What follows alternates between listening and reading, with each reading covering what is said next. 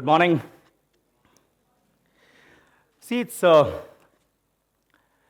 entire world, if you really ask me, actually revolves around three things. One is data collection, okay? Second is introspection, what you actually are, what am I actually in real life. And once you have data, once you have done the introspection, it is about implementation, okay? So if you are able to set these things right in your life, you've done your job, okay? So the session will go like this. We'll talk about data first, primarily from a recruitment standpoint. Then we'll spend about a couple of minutes to introspect, and then about 5 to 6 minutes to implement, wherein I'm going to speak about 2 things that we all should do to try and make it big in life, okay? Now, what you see here is something very interesting. Long back, we are of the perception and belief that whatever we do is the only way and probably the best way to do things in this world. I'm the best. That's the way it is, okay? And as a talent acquisition professional, I also think like that. I'm no different, okay? And we say all the processes and the policies and the things that we have devised are the most wonderful things, and probably nobody has done this in the past. But when you dig history, you find something brilliant, something very beautiful. What you see is, way back in 55 BC, during Caesar's time, there was a big problem. The problem was, despite paying salaries, which were the best salaries, they were not able to get people for their army. It was extremely challenging. They were not able to get soldiers. And they were literally struggling. You need to have an army which is robust and strong. You're trying to do whatever you can in your capacity, and you don't have people to kind of come and join the army. So what they did was this. They said, okay, I'm trying to reach out to a very large audience. And probably in that large audience, I really don't know who is interested and who is not interested. So can I try and create more people like me who can go and do this job on my behalf? Does it mean I'm going to recruit a team of 2,000 people? Answer is no. That's not the right approach. So what they did was, they spoke to their own soldiers and said, hey, you know what? If you're able to get somebody who comes and eventually joins the army, you'll get 1/3 of your annual salary as bonus. In no time, they had enough and ample people for the army. The first known instance of an employee referral program in history. Talk about the second one. Yeah, there are a few slides here, but I'll talk about American Revolution. What has happened then was, again, a struggle. And both the instances will talk about the defense forces, because that's the way it was at that point in time. The British Army had exhausted all methodologies to recruit people, to an extent that they had also tried the first example that I spoke about. It was not working for them. They didn't know what to do. It was very difficult for them to hire people and tell them, hey, you know what? You're supposed to go to the Caribbeans, and chances are very high that you might not come back. Understand? It's like saying, I'm going to pay money to you. In return, you give me your life. It's very rare, extremely rare to find people like that. Everything else is fine. So they thought of a brilliant thing. What they did was, they went to their own prisons. And there, they spoke to folks who were inside the prisons and said, hey, if you decide to come and join the army, we will release you. Now they had to make a choice. The choice was, I'm going to be there in the prison all my life, not knowing what to do, and one fine day it's going to be all over. The second is, I'm going to come out, go and join the army, fight for the country, for the nation. If I'm alive and safe and hale and hearty, great. But if I am not, at least I die with pride, or my family back home lives with dignity. Another beautiful example of trying to recruit people. And what happened? In no time, 3 regiments were formed with this unique method of recruitment strategy at that point in time. So few pictures that are there, of those times, which are quite exciting if you look at it here. Now from history, come back to the modern times. One fine morning way back in 2004, you're driving to your work and you find something like this. Now a normal person's mindset is, you look at it and say, my goodness, it looks something very crazy. First 10 digit prime found in consecutive digits of e.com and all, and you probably pass by. But for a mathematical thinker, this is something very exciting. The guy says, oh my goodness, this is amazing. This fellow will try solving the problem. And the beauty was, when you solve this, you found that this was the address of a website. So you're very excited about it. You immediately go and log in. And once you log in, you find there is another task waiting for you. You find a task, you're a mathematical brain, you start cracking that task as well, and you crack that. The moment you crack that, this comes on screen. Beautiful line, read it. Nice work, well done. You have made it to Google Labs, and we are glad you are here. One thing we learned while building Google is that it's easier to find what you're looking for if it comes looking for you. What we are looking for are the best engineers in the world, and here you are. This was one of the most beautiful instances of phenomenal way of finding problem solvers globally. People were not even aware that it was Google till such time they reached this particular page. Okay, let me take you to something further. What you see here is a very nicely done package, a red one with iPod and all those kind of things. So a company, Red 5, they're into video development, and they thought through trying to find people who are going to be amazing developers, but then they were not able to find them. And they thought, okay, let us try and do something very different, because running a recruitment campaign means, trying to spend tons of money, and like I said, it goes all around the place, but it might or might not hit my target audience. So they decided to look at about 250 potential developers. Okay? Then what they did was, over a span of 4 months, they started studying the professional capabilities and qualities of these 250 people. They found that out of the 250, 100 were out-of-the-world brains. But they were not active job seekers. Understand that. If you're not active, you will not be noticed in the market, right? You're happy, you're satisfied. You're sitting in a room doing coding and developing programs which are amazing, but you are not noticed. So these guys did their maths, and they found 100 people who were simply out of the world. And they said, okay, fine, this sounds wonderful. They reached out to them, these 100 people, with a beautifully designed iPod. In that iPod, there was access code to the website which had all the information that was required for the proposed position. They sent it to 100 people, 90 people applied for the job. Another example of shaking beautifully exciting mathematical and engineering brains in the recent times. Okay?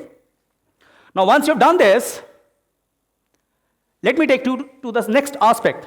I've been talking about aspect of data. Now let me talk about introspection. All of us know this. Krishna is here. You can see Duryodhana and you can see Arjuna. And the story is that Krishna wakes up. He sees Duryodhana first and says, "What do you want?" And he says, "I want Narayani Sena." Narayani Sena, you know that? So he says, "Okay, granted, given." And then the next person was Arjuna. And Krishna looks at Arjuna and Arjuna says, "God, I want you. I want Narayana." And matter was closed. So Narayana goes to the Pandavas and Narayani goes to the Kauravas. Okay? And you know what is the outcome of the whole thing? You know who won the battle. I'm not getting into that. What is important for us to do right now is introspection. Narayana means who you are. Unfortunately, the next 20 years, 30 years of our life, we do not realize who we are. That's a problem. We become more of Narayani, what we have. What is my degree? What is my qualification? So it's important. If you are a disruptive thinker, if you are somebody who doesn't believe in this triangle or the dot, who says, no, I don't want to constrain myself to this dot, I want to go beyond, you are a Narayana. But if you are somebody who's very good, I'm not saying you're not good, you're very good, but you want to work in a well-oiled or a well-process-driven organization in the confines, that's also equally good. But it's important for you to realize today which category you belong to. If you belong to the first category, ensure that you do not get into a regular job. You should get into one, a business of setup of your own, or probably into a startup kind of an organization.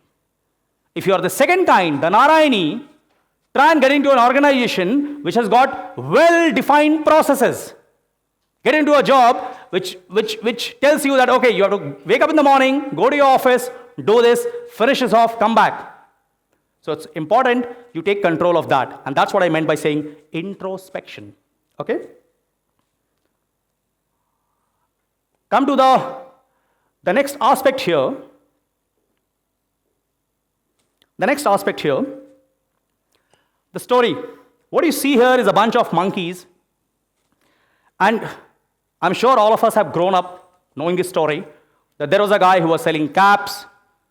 He sleeps beneath a big banyan tree. His caps are gone. He wakes up, throws his cap. All the monkeys do that because they copy what you do. He collects all the caps and goes back home. This is a story that we all know. In today's generation, there is a guy who's selling caps, throws his caps. He gets tired, goes beneath a big banyan tree, sleeps off, wakes up in the evening and finds all his caps are gone. But quite unlike the first one, this guy is not worried because he knows the solution to the problem. So he looks up, the monkeys look down, he smiles at them, they smile at him. He takes off his cap, bangs it hard on the ground. A little monkey jumps from the tree, picks that cap and runs away. You know why I'm saying this to you? It means a technology which was true today might not be relevant tomorrow. What was relevant yesterday might not be relevant 3 years hence.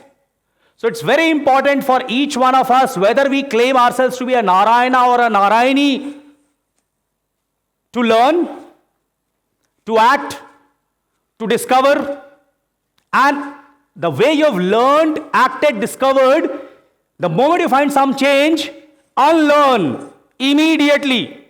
Let it all drop. And again start the journey of learning, acting, discovering. This has to be extremely fast. And this has to be constant. I remember my father's time, he was about 51. And I saw him one day I was in my 12th standard. And I saw him coming inside the school and I was very scared. My dad coming inside school means something about me. He didn't turn towards the principal's office. He went straight. And evening I was very curious. I went to my dad and said, Dad, you came to school? He said, yes. I said, what for? He said, I have to learn computers. I said, computers? Dad, now? He said, yes. For the next 45 days, trust me, this is real. 45 days, every single day, I used to note that 12 o'clock, and my dad will be entering the school gate, and 1:30, he'll be exiting the school gate. 45 days it went. You know what happened after that? Something called VRS came, Voluntary Retirement Scheme. Lots of people were asked to go. He served till he was 60. That's the beauty of learning, acting, discovering, and relearning. That's the beauty of it. Okay? Talk about the next one. Here, something very interesting. In India, in fact everywhere, we want to get married, isn't it? Right? So I wanted to get married very early. Why? Because I had a girlfriend who was working and her mother said, you can only get married to a guy who is also working. Now that's a big problem. So I told my girlfriend then, who is now my wife, okay, don't worry. I'm a very intelligent boy, you know. I'll for sure get a job. I went to a bank, ABN AMRO. I still remember the name. It's very clear. Delhi. You know, it's very clear memory in my mind. And I appear for my GD, the test process. I clear it, walk in for my interview, and I do a fabulous job. And I come out, and evening, not like today when you get everything on the internet. Evening, I walked up to the stairs, and I tried looking for my name. It wasn't there. And I went to the receptionist, and I said, my name is not there. And she gave me that dirty look and said, what the hell? You're not there means you have not been selected. And trust me, I was devastated. Devastated. I thought that I was a blessing on earth. How can I fail? Companies should come and fall flat on my feet to take me. And here I am rejected. I can't tell this to the girl because she is going to get devastated again. I can't cry because I have to get a job, because if I don't get a job, I don't get married. So a lot of problems. So I said, okay, let me try again. I applied for HSBC, cleared the GD, cleared the written. I opened the door, and I'm being straight from the heart. And the guy who was the HR head at ABN AMRO had shifted to HSBC. He was serving his notice period there. And my confidence was shaken. I said, my God, now it's like gone. And imagine, there I was in my best of confidence, I couldn't make it. Here I was in my worst of confidence. The result was clear, I could not make it. I was very sad about it. Okay? I said, no, nothing doing. Again, a choice to make. And this happens with all of us. All of us. A choice to make. The choice is, should I cry and crib about it? Or do I fight back? And I said, okay, I have no choice. I have to fight back. So what I did, I applied for Standard Chartered, eventually made it. And that's how the journey began. And that's how I eventually got married. So what I'm trying to say here is, it's very simple.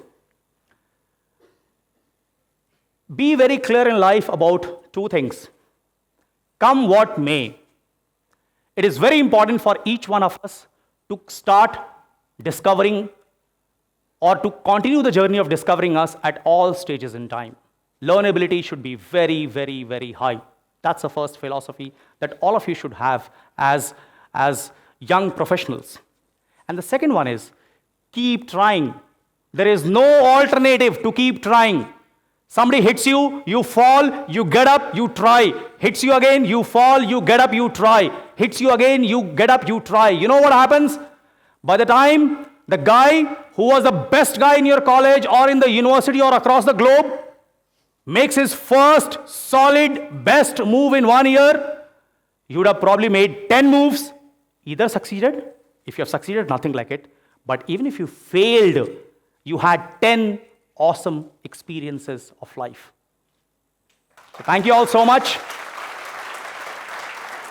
Pleasure talking to all of you. Thank you all so much. I really wish you all a great future. Thank you.